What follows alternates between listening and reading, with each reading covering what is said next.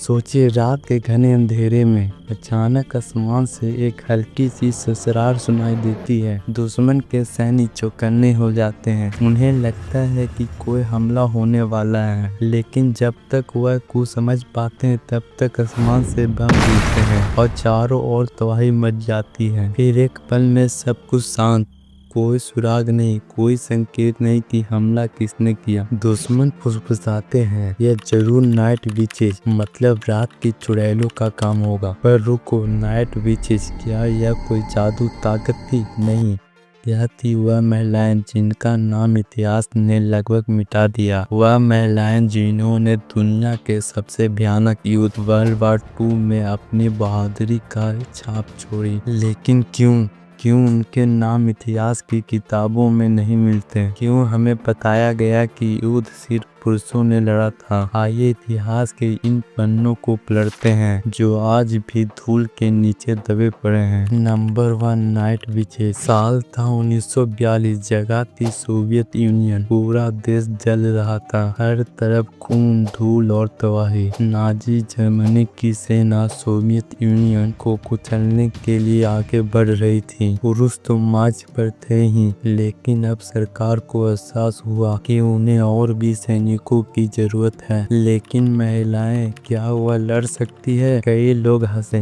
पर एक महिला ने इस चुनौती को स्वीकार किया, जिनका नाम था मेजर मारीना रस्कोवा। उन्होंने एक ऐसी टीम बनाई जो इतिहास में पहले कभी नहीं देखी गई थी। 588 नाइट बॉम्बर रेजिमेंट, जिन्हें जल्द ही दुश्मन नाइट विचेस कहने लगे। लेकिन क्या आपको पता है उनके पास जो प्लेन थे वह कितने पुराने और कमजोर थे? यह लकड़ी के हल्के प्लेन थे जिनमें कोई आधुनिक हथियार नहीं था। पर फिर भी यह महिलाएं चुपचाप रात के अंधेरे में उड़ती, बम गिराती और बिना आवाज किए गायब हो जाती। जर्मन सैनिक डरते थे कि अगर उन्होंने उनकी आहट भी सुनी तो अगला बम उनके सिर पर गिरने वाला होगा। जर्मन सेना को कहना था कि अगर यह चुड़ैल रात में दिख जाए तो समझो हमारी मौत निश्चित है। क्या आपको पता है कि नाइट विचेस ने अकेले 30,000 से ज्यादा मिशन पूरे किए? उन्होंने नाजी सेना को अंदर से तोड़ दिया। लेकिन जब युद्ध खत्म हुआ, इनकी बहादुरी की कहानी गायब कर दी गई। इनमें से ज्यादातर महिलाओं को कोई बड़ा पद या सम्मान नहीं मिला। नंबर 2,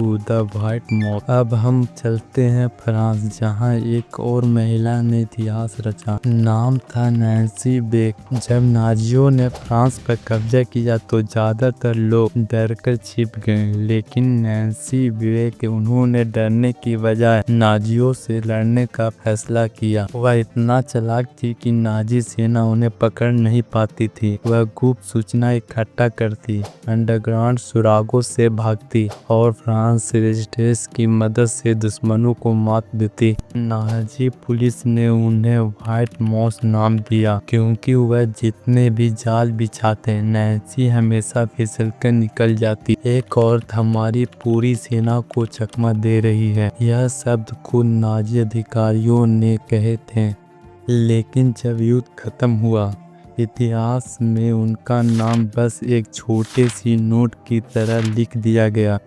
क्योंकि वो एक महिला थी। Number 3, lily Litvak. अब आते हैं एक ऐसी महिला पर जिन्होंने खुद सोवियत एयरफोर्स में रहकर दुश्मनों को आसमान से गिराया। नाम था लिली लिटवैक, जिसे व्हाइट रोज ऑफ स्टेलिनग्राड कहा जाता था। वे सिर्फ 21 साल की थी जब उन्होंने अकेले 12 से ज्यादा दुश्मनों का प्लेन गिरा दी। इतनी छोटी उम्र में वह दुनिया की सबसे घातक महिला फाइटर पायलट बन गई थी। सोचिए, एक युवा लड़की जिनके हाथ में बंदूक नहीं बल्कि पूरा फाइटर जेट था। लेकिन युद्ध के बाद उनके नाम को इतिहास की किताबों में लिखना तो दूर, उनके बारे में चर्चा तक नहीं हुई। अब सबसे बड़ा सवाल, इन महिलाओं को इतिहास में जगह क्यों नहीं मिली? क्योंकि दुनिया हमेशा युद्ध को पुरुषों की बहादुरी से जोड़ती रही, क्योंकि महिलाओं का भागीदारी छोटा करके दिखाया गया, क्योंकि सरकारों और इतिहासकारों ने यह मान लिया कि लड़ाई सिर्फ पुरुषों का काम है। सोचिए, अगर यह कहानी सामने लाई जाती तो आज दुनिया में महिलाओं की स्थिति और भी मजबूत होती। आज जब हम इतिहास को देखते हैं तो हमें पता चलता है कि असली ताकत सिर्फ बंदूक में नहीं होती, बल्कि दिमाग, हिम्मत और आत्मविश्वास में होती है। इन महिलाओं ने हमें दिखाया कि अगर इरादा मजबूत हो तो कोई भी बाधा आपको रोक नहीं सकती। अगर आज इनकी कहानियां गुम हो रही है तो हमारी जिम्मेदारी है कि हमें इन्हें फिर से जिंदा करें। तो अगली बार जब कोई कहे कि महिला ने युद्ध नहीं लड़ा था तो उन्हें यह कहानी सुनाइए, क्योंकि असली बहादुर वे होते हैं जिनकी कहानियां समय की धूल में नहीं बल्कि दिलों में जिंदा रहती है।